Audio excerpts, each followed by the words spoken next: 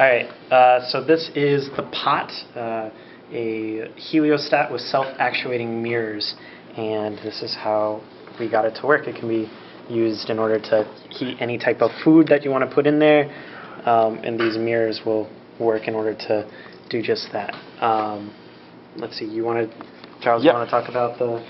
Yeah, so basically one of our main sensors is this Class K thermocouple here, which we bought on Amazon, and in the actual design it will just go into this pot, and whatever liquid, water, it'll measure the temperature of the water, and this thermocouple is designed to produce a voltage of on the order of 10 millivolts for temperature ranges between around 0 and 300 degrees Fahrenheit. Oops, I'm shading one of these, and our motors do not want to preemptively go. So we are feeding this Class K thermocouple into a inverting op-amp, which Erinn will be explaining. Okay. So if you pay attention here, we have it's non-inverting op-amp. Yep, non-inverting. Single supply non-inverting op-amp. In this first one we have about 9.2 gain, and in the second one we have about 100 gain. And so the reason why I have it non-inverting is that we really don't need a negative source for these power supplies, because the input voltage will always be positive, so we don't necessarily need to increase. It's just sort of like a waste of power. So we're just increasing the positive power, which is what we'll be feeding into it, so it'll work better. As you can see, we have decoupled the other side of the resistor, the other sides, and we use 2 chips, despite the fact that each chip has 2 op-amps on it, more because since it is a single supply op-amp circuit, we need to kind of maintain some sort of stability within the circuit by having these controls. And it's also just kind of a bit more of a control, so that way we know whether or not one circuit's working or not the other, and whether it's the chip or it's the circuit design for one of the gains itself. Another component another important component that we have are these motors and these motor circuits. Okay. Right, so the op-amp will amplify the signal from the thermocouple, and we are feeding that analog signal into the pickaxe 18M2, and that will produce a value from signals of 0 to 5 volts will produce a digital value between 0 and 255, and we are basing our code that we're using to control these motors from that. Okay. Yeah, sorry about that. So anyway, back to the motors. So if you look here, if you look over on the side, we have 2 MOSFETs for each motor. So there's our NMOS MOSFET and then our PMOS. And so with our PMOS, we're putting in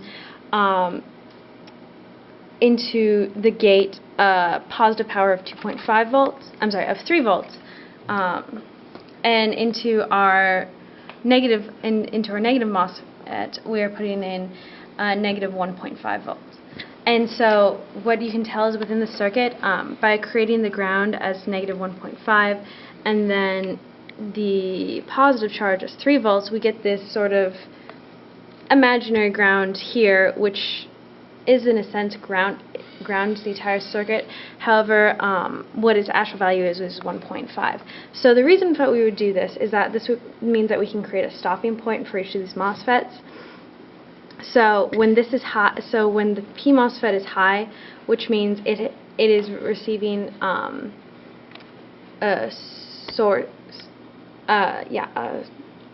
drain input of 2.5 volts. That means that of 3 volts. That means that this MOSFET will stop.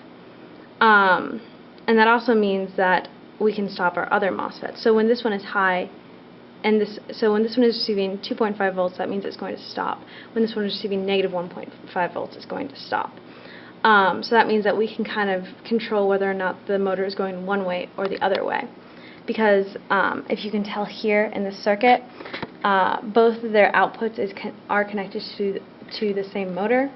So if this is high and this is low, they're both stopped. If this is high and this is high, they're going in the counterclockwise direction, and if they're both low, then they're going in the clockwise direction. And in to put that a bit nicer, when they're going in the clockwise direction, which means that they're both low, then that's the higher voltage. That means that the motor is getting 3 volts, as opposed to if they're both low. That means that, if they're both high, that means that they're going the counterclockwise direction, and they are both getting negative 1.5 volts. So the motor will run in the opposite direction at a bit slower speed, which is what we need for the photoresistors in order to make sure that we make the connection. And then our second sensor is the photoresistors, which will be used initially for the mirrors to find like the optimal position to reflect light on the metal pot, and in this case our imaginary metal pot. Oh, sorry, I covered up one of the photoresistors again. So the photoresistors are just a simple, if you look at any one of them, they're simple voltage divider circuits that produce, basically we have a 5.1 K resistor hooked up from power to the photoresistor, and then the photoresistor is hooked to ground. And this creates a Vout node between the resistor and photoresistor that will change because the photoresistor's resistance decreases when the light intensity increases. So Vout will decrease as greater and greater light intensity shines on the photoresistor. Of course, this effect can be reversed if you switch where the resistor and photoresistor are connected. And if you switch them, it just everything opposite happens. But so for us, we are feeding the output node of the photoresistors directly into the PICAX 18M2 because there's nothing that really needs amplification, and it is right on the range of 0 to 5 volts with a nice about a 1.5 volt drop between full light intensity in the ECE 51 classroom and covering it up with our hands. So we decided just to keep that as it is. And we are feeding it into, and Marc will actually explain how all those circuits work. Yes. Or all the code, Yeah, so all those circuits come together in order to make this do what we want it to do, which is essentially, if you can see on each of the sides, there's a photoresistor, and so if we have them sort of loose right now, so they're easier to mess with, but if we'll have them set up so that they're right on the side of this pot, and then from there, what the idea is once there's enough, if they are getting around the same amount of light on these photoresistors as they are on these, which are attached to the top, then it's considered, okay, the mirrors are in the right position and they're reflecting the light onto the pot, and it's getting warmer. But if that is not the case, which is sort of like the base case, then the mirrors or the motors will drive in order to move the mirrors back and cause it to be heated. So we're going to demo how that actually works right here. So if we look at this motor. So for this photoresistor, if we cover it, it'll say, hey, I'm dark, I need to start moving until I get light onto my photoresistor. So should work. Yep. And if you see, it's winding, and you will see awesomeness soon. We're going to help feed it a little bit. Stop feeding that now.